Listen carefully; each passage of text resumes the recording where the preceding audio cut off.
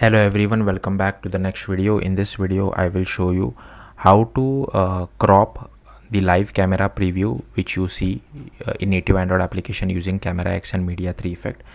So I'll just mirror my device first just to show you guys the output.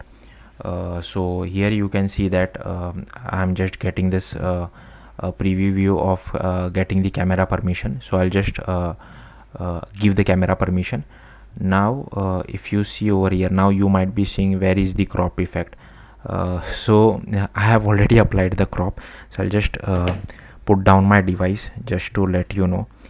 Here you okay, I have just lost my connection. I'll just reconnect, but here you can see I have applied this particular crop effect. So it basically crops your live camera preview. So just to prove it to you, so here you can see I have this view running, right? Okay, I'm mirroring my device. Output is little laggy, just bear with me over here. So this is how the output is. Now what I'll do is I'll just comment this code out, rerun it again just to show it to you, like what does the crop thing actually do.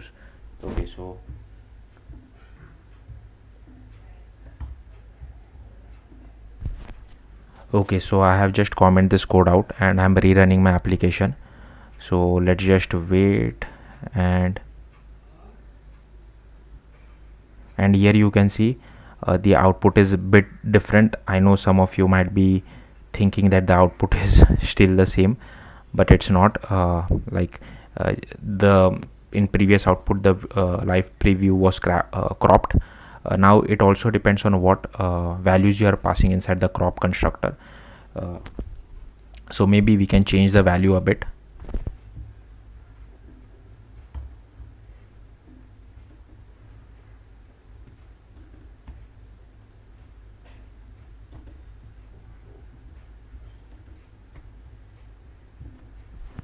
So here you can see that I have just changed the value. Let's run the application again and let's see how the output looks now. And here you can see now the crop effect has really taken place. So hopefully you got the point what the crop effect really do.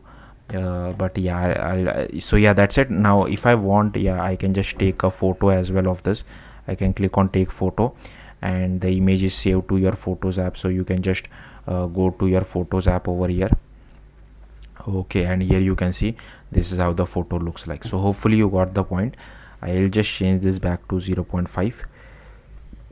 so I'm using XML layout, but if you want you can use Jetpack Compose as well. So yeah, it's up to you what you want to use, because the business logic remains more or less the same. Then first you will have to go to build.gradle.kts. Here you will have to add this camera core, camera 2, camera lifecycle, camera view, Android X Media3 effect as well as Media3 effect dependencies. Once you have added all of this, just go to libs.versions.toml. Here you will have to add this camera core as well as this camera 2 dependency, and here you will have to add this Media3 effect as well as this Media3 effect version dependency. Inside Media3 effect, like at the time of me recording, it is still in alpha, but if it does become stable by the time you guys watch it, make sure you use the stable version. Then inside libraries you will have to add this camera 2, camera core, camera view, camera lifecycle. So this 4 lines of code, as well as you will have to add this Media3 effect and the Android X Media3 effect as well as this Media3 effect dependencies.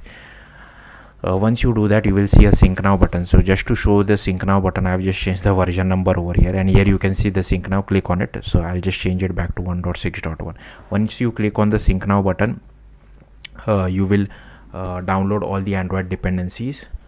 So yeah, then you will have to go to you'll have to go to manifest, Android manifest.xml. Here you will have to add this camera feature, then the camera permission as well as this write external storage permission as well. Okay, then you will have to go to res layout activity underscore main, and here you will have to first use a preview view of an ID viewfinder. The width is 0 dp, height is 0 dp, and here we are constraining it to all sides of the screen. Alright, so here you can see that we are constraining it to all sides of our scene. Then here I have one button for which I am just assigning wrap content to the width and height. I'm giving it some ID, I'm giving it some text as well, and here we are constraining the button to the bottom of the screen. Okay, then hopefully I have already shown you this Android manifest stuff. You need to add this uses feature, camera permission, and write external storage permission. Then you just have to go to main activity. So these are all the imports which I have. So yeah, feel free to pause the video and just copy all these imports. Then here we have annotating this with @unstable API. So if I just comment this out, here you can see we are getting an error. So that's why we have to use this annotation of unstable API. Now this crop media3 effect is not coming from the alpha version of the library which we are using. It's coming from this media3 effect version library, which is stable. But this is again one of the quirks of Android development, that even if a library is stable, the APIs are a bit unstable. So that's why we have to use this. Then here we have this image capture, here we have this executor service, here we have this preview view, here we have this button, and here we have this register for activity result, for which we request multiple permissions. Okay, then here I have another variable called permission granted equal to true. Then we just loop over all this, and then we just make it as permission granted equal to false. If not permission granted, we just display a toast message as well, and then we just call start camera. Then here we just do this viewfinder. So find view by id r.id.viewfinder. Here is our button, image capture button. Then we just do button.set on click listener take photo. If all permissions are granted, then we just start our camera, else we request permission.